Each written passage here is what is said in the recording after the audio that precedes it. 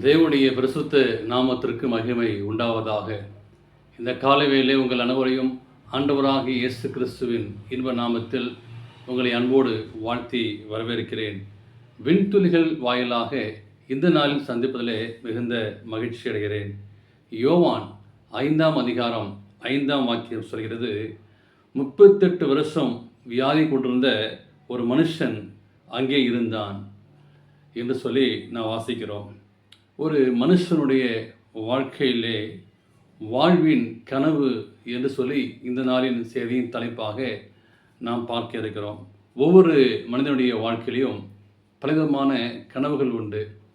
வாலிபர்கள் அல்லது பெரியவர்கள் அல்லது குடும்பத் தலைவர்கள் எல்லோருக்கும் ஒவ்வொரு விதத்திலே ஒரு கனவு உண்டு.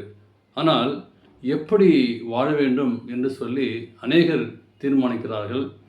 அநேகர் அயல் நாட்டிலே வாழ வேண்டும் என்று சொல்லி ஒருவேளை தன்னுடைய வாழ்க்கை நிலை மாற ஒவ்வொரு வருடமும் அல்லது ஒவ்வொரு தனிப்பட்ட வாழ்க்கையிலும் அவருடைய வாழ்க்கை ஒரு வித்தியாசமான வாழ்க்கையாக சொல்லிக் கொண்டிருக்கிறது.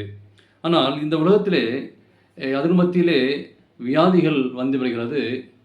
வியாதி என்று சொல்லி பார்க்கும்போது வியாதி இல்லாத மனிதனே இல்லை. எப்படிப்பட்ட கொடிய காலத்திலே நீங்கள் நானும் வாழ்ந்து கொண்டிருக்கிறோம். இப்படிப்பட்ட கொடிய காலத்தில் கேன்சர் எனக்கூடிய ஒரு கொடிய நோய் எல்லோரும் தாக்கி கொண்டிருக்கிறது. சில வருடங்களுக்கு முன்பாக டயபெட்டிஸ் எனக்கூடிய ஒரு வியாதி எல்லோரையும் ஆட்கொண்டது. சற்று வருடங்களுக்கு முன்பாக இருதய நோய் எங்கே பார்த்தாலும் சிறுவதிலே ஹார்ட் அட்டாக் எனக்கூடிய வியாதி இருந்தது. ஆனால் புது நோய்கள் வந்து கொண்டிருக்கிறன. ஆனாலும் கொடிய சீராகாத நாட்பட்ட நோய்களால் நிம்மதியாக வாழ முடியாத ஒரு சூழ்நிலை இந்த நாட்களிலே அநேகர் அதை சந்திக்கிறோம். எல்லா மதத்தினரும் இப்படிப்பட்ட ஒரு காரியங்கள் நாம் சந்திக்கிறோம். குடும்பத்தில் யாருக்காவது அல்லது ஒரு நபருக்காவது ஒரு நோய் இருக்குமானால் அந்த குடும்பத்தினர் நிம்மதியாக வாழ முடியாத ஒரு சூழ்நிலை, சஞ்சலமான ஒரு சூழ்நிலை, கஷ்டமான ஒரு சூழ்நிலை, மனதுக்கு ஒரு சஞ்சலமான ஒரு சூழ்நிலை, இப்படிப்பட்ட சூழ்நிலை மத்தியிலே நம்முடைய வாழ்க்கை செல்கிறது.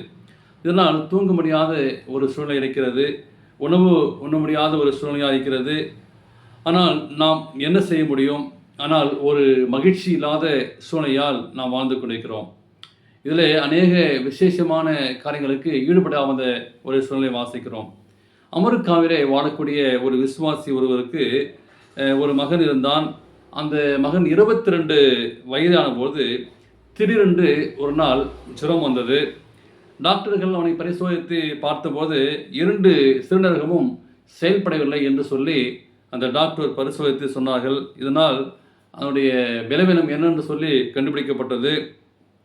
உயிருக்கு எந்த விதமான உத்தரவு இல்லாத ஒரு சோக கட்டம் அப்படி ஒரு குடும்பத்திலே அது ஏற்பட்டது.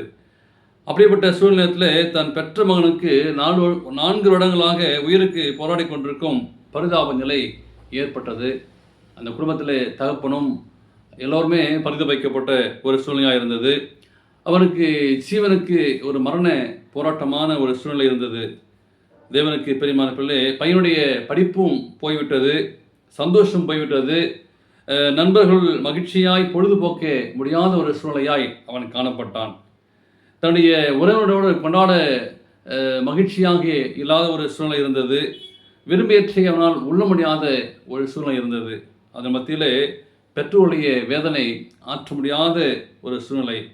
ஜெபம் ஜெயம் எல்லோருடைய வாழ்க்கையிலும் ஜெபம் எப்போது அவனுக்காய் அநேகர் உபவாசமாக இருந்து சங்கீதத்தொடர் மூலமாக ஜெபிக்க ஆரம்பித்தார்கள். பொருத்தனை ஜெபமும் ஜெபித்தார்கள். இன்னும் சுகம் கிடைக்கவில்லை. இயேசுவானுடைய காலத்தில் 38 வருஷம் முடவன், 18 வருஷ கூனி, 12 வருட பெரும்பாலுள்ள ஸ்திரீ, இவர்கள் எந்த நம்பிக்கையுடன் இருந்தார்கள் எண்ணி பார்க்கும்போது ஒரு ஆச்சரியமான அனுபவத்தை இந்த நாளில் செய்து நமக்கு கற்றுத்தருகிறது. அவர்களால் எப்படி அத்தனை காலம் அவர்கள் சகிக்க முடிந்தது, தாங்க முடிந்தது. அவருடைய வாழ்க்கையிலும் துக்கம் இருந்தது, வியாதி இருந்தது, போராட்டம் இருந்தது, சரீரத்திலே பிரச்சனை இருந்தது. என்ன பாதிப்பு, என்ன முயற்சி செய்தும் பரிகாரம் தேடியும் அவரால் முடியவில்லை. தேவனுக்கு பிரியமான பிள்ளைகளே, இப்படிப்பட்ட சூழ்நிலையிலே யாராவது நீங்கள் இருக்கிறீங்களா? ஆண்டவர் தரக்கூடிய பரலோகத்தின் ஆசீர்வாதம் நமக்கு என்ன என்று பார்க்கும்போது அந்த காலகட்டத்திலும் வாழ்ந்தார்கள். ஆனால் இந்த வாலிபுடைய பெற்றோரும் தேவனுடைய அனுக்கிரக காலத்திலே விசுவாசம் காத்திருந்தார்கள். இந்த நாள் காலை தியானத்திலே வாசிக்கிற உங்களுடைய இந்த காலை செய்தியை கேட்டுக்கொண்டு உங்களுடைய வாழ்க்கையிலையும் ஆண்டவர் நமக்கு ஒரு பெரிய மாற்றத்தை கொடுப்பார். கிறிஸ்துடைய வல்லமையை படர நீங்கள் நாங்கள் ஜெபிக்க வேண்டும். கிறிஸ்துடைய இரத்தம் வீண் போகாது. அனுபவம் இயேசு கிறிஸ்து தான் ரண வைத்தியராக இருந்தார். கீலியாத் பிசின் தைலத்தில் இரத்த கிரயம் வீண் போகாது, பெனியாளுக்கு வைத்திரும் அவரே, உம்முடைய வல்லமை இந்த வாலிபனின் வியாதியை போகட்டும் என்று சொல்லி ஜெபித்தார்கள். உங்கள் அனுமதியும் பிரார்த்தனையும் ஜெபிக்கும் போது ஆண்டவர் ஒரு மேலான ஆசீர்வாதத்தை கொடுப்பார். எனவே நம்முடைய வாழ்வின் கனவு என்ன என்று சொல்லி அறிந்து ஆண்டவர் சமூகத்திலே ஆண்டவரை நோக்கி காண வேண்டும் என்று சொல்லி இந்த பூமியிலே நிம்மதியில்லாத ஒரு சூழ்நிலை இருக்கலாம். ஆனால் உங்களுடைய கனவு தேவ நோக்கி இருக்கும்போது ஆண்டவர் நிச்சயமாகவே அந்த வாழ்க்கையை ஆண்டவர் மாற்றி போடுவார். அப்படிப்பட்ட ஆசீர்வாதத்தை தேவன் உங்களுக்கு தருவாராக. கர்த்தர் உங்களை ஆசீர்வதிப்பாராக. ஆமென்.